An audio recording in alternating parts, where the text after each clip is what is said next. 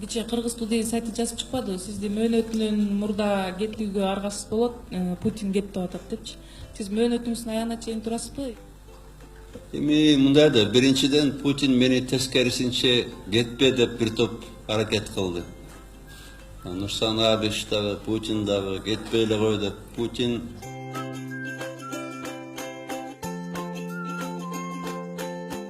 менен мамилем абдан жакшы билесиңер.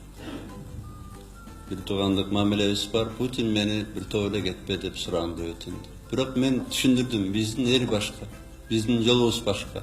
Да, дос катары дос бойдон калабыз. Россия биздин стратегиялык партнер, бирок Кыргызстандын жолу башка. Мен башкача Кыргызстанды салгым келет. Кыргызстан жанагы Европадай болуш керек. Мисалы Швейцарияда жыл сайын жаңы президент. Эч ким билбейт.